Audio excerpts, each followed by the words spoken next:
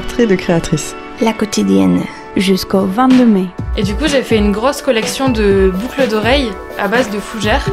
Du savoir-faire toulousain et féminin.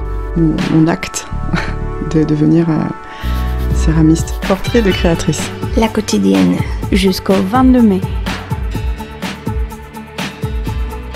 Alors bonjour, je m'appelle Zélia, j'ai 24 ans et je suis en train de monter un projet de conserverie artisanale, fruits et légumes.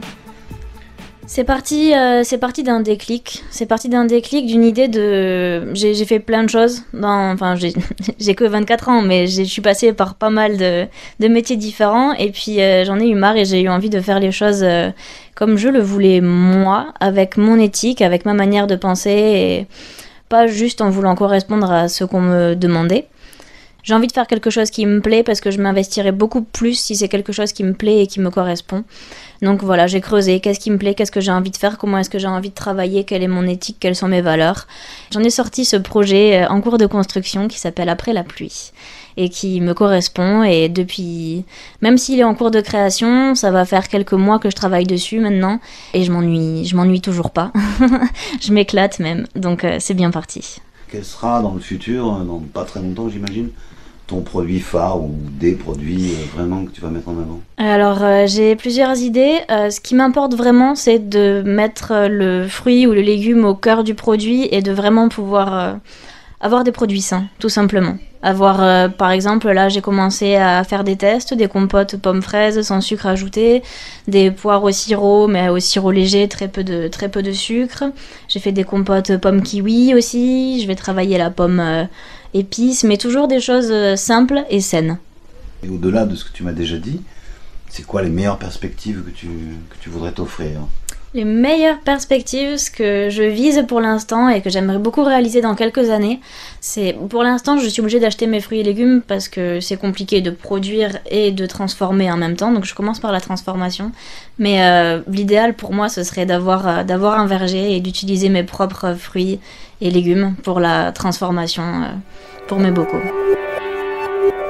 C'est en 1966 que dans la loi, on supprime en France la possibilité qui existait pour un homme de faire opposition à l'activité professionnelle séparée de son épouse. Oui, alors pour l'instant, c'est vrai que j'ai la chance avec déjà le marché des créatrices de pouvoir tester mes produits le plus simplement possible, sans encore avoir à me poser la question des statuts juridiques ou de choses comme ça. Ça m'aide beaucoup parce que c'est vrai que je pensais pas que c'était aussi complexe, on va dire, aussi complexe tout simplement de monter une entreprise, une société. Donc pour l'instant, j'ai pas encore à me soucier de ça, même si évidemment je le prends en charge dans les prix que je vais proposer. Concernant les prix, c'est vrai que je pensais pas que ce serait aussi complexe. En fait, on est tellement habitué à payer le moins cher possible et à pas forcément privilégier la qualité que c'est compliqué de s'aligner aux prix qui sont déjà sur le marché tout en se faisant un minimum d'argent pour vivre à côté. La qualité coûte cher, c'est ce dont je me suis rendu compte. C'est compliqué d'équilibrer, de trouver le juste milieu entre un produit pas trop cher, mais il faut quand même que je puisse m'en sortir, et pas trop bon marché non plus, parce que sinon on n'a plus de qualité. Comment tu as rencontré parler avec elle? Quand j'ai commencé à monter mon projet, j'ai contacté un organisme qui s'appelle Égalitaire, avec lequel j'ai entamé une formation à la création d'entreprise.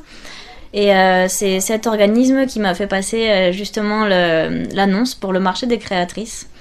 Donc c'est là que j'ai vu, je connaissais pas encore avant parce que je suis pas sur Toulouse, mais c'est là que j'ai pu m'en rapprocher, et je trouve vraiment le projet du marché des créatrices super chouette et je suis contente de l'avoir découvert. Alors, pour l'instant, on peut me trouver sur Instagram depuis très peu de temps au nom de conserverie-après la pluie.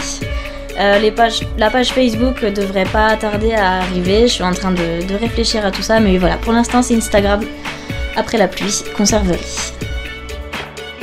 C'était Portrait de créatrice. la quotidienne. Du savoir-faire toulousain et féminin.